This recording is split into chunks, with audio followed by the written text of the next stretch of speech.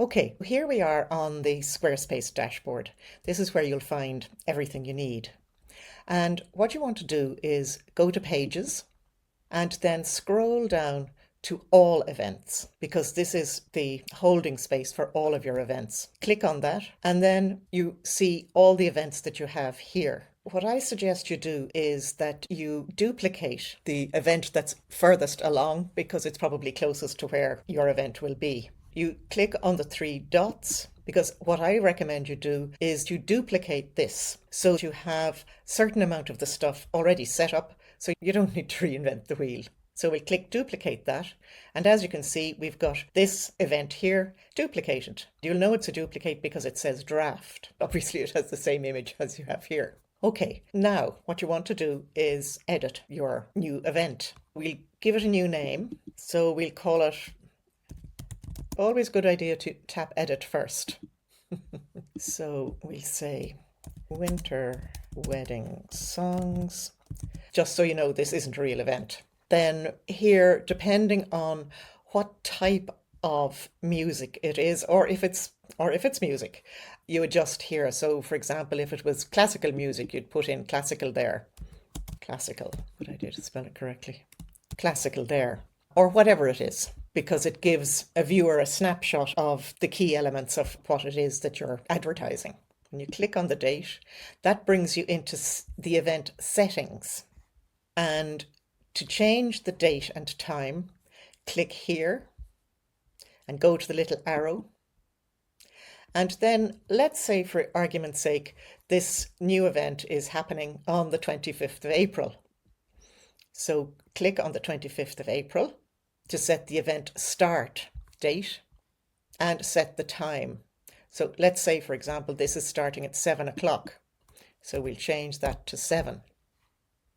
And then for the event end, check that you have the same date and that it's still the same month. And then it automatically gives you a 1 hour window. So we change this to 10 o'clock p.m. Click save. We'll just click on that again. And now you want to change your featured image. And this image is the one that is 3x2. So we'll go remove image and add image. And we'll go with the Christmas wedding theme, open. And when you see this little square rotating, you know that it's uploading the image. This little white dot allows you to move the focal point of the image. If you wanted to make sure that this guy was always visible in the image, you'd click up here, and that would ensure that regardless of the screen size, this guy is showing. Or if you wanted this girl here to be the focal point, you would do the same if you wanted her face, for example, to be the focal point. But in this situation, our bride is obviously the focal point. So we'll go there. That's your image changed. Now, you may like to put in an excerpt, a brief overview of what the artist is singing or showing. Options. So you can see here in options, the status is still on draft, and that's where you want it to be until your whole event updated, because you don't want it to be live on your site while you're still only halfway there. So for the SEO, we change the SEO title to Winter Wedding Songs. And this is where you put in your SEO description. The SEO description should be a maximum of 117 characters. That's including spaces. Now the location I've already put in, so you don't need to do anything with that. So that's ready, set.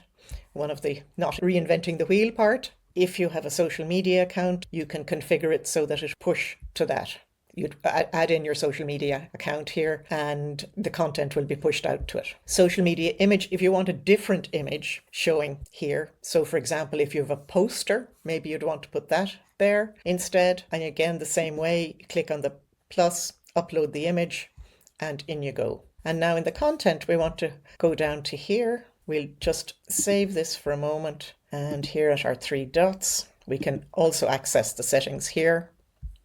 So the content, we go down and we get rid of all of this.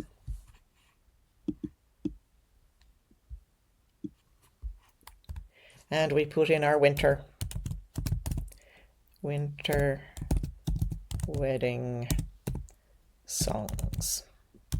And make sure that you add in a hyphen or a dash, whichever you like to call it, in between each word, because this is the way to update your URL. We'll go save. And now here, we obviously need to change all this wording here. So our date, we're updated, that's done.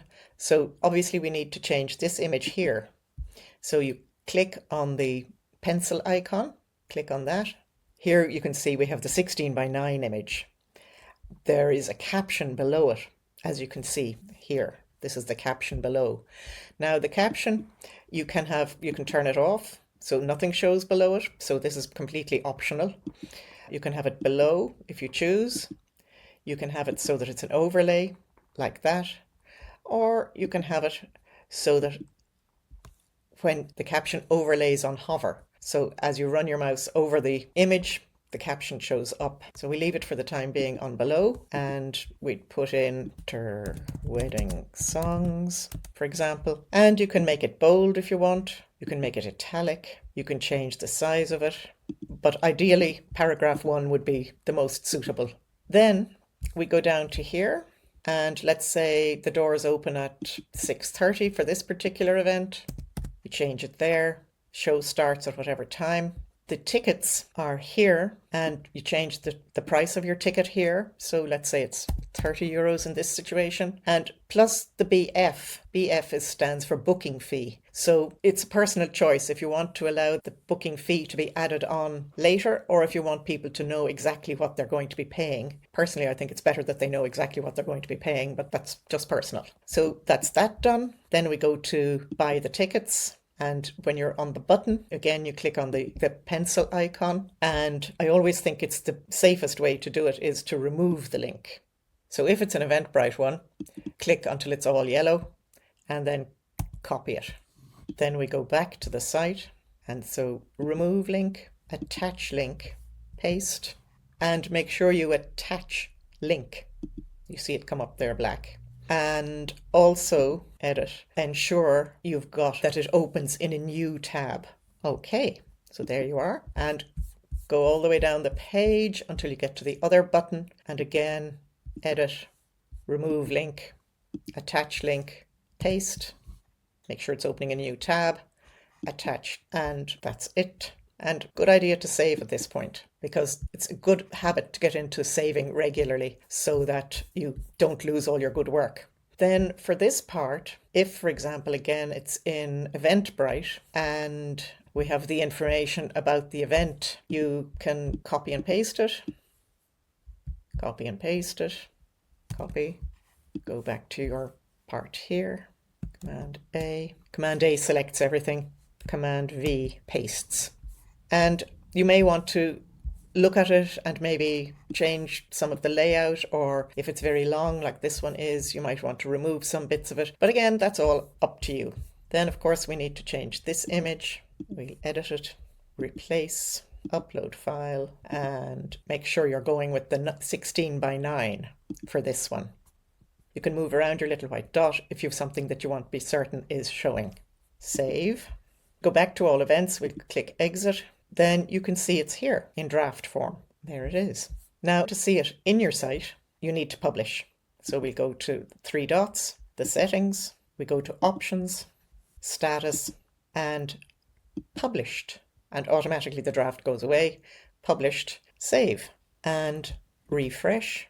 And to check how it's showing up on your page, go to the arrow here.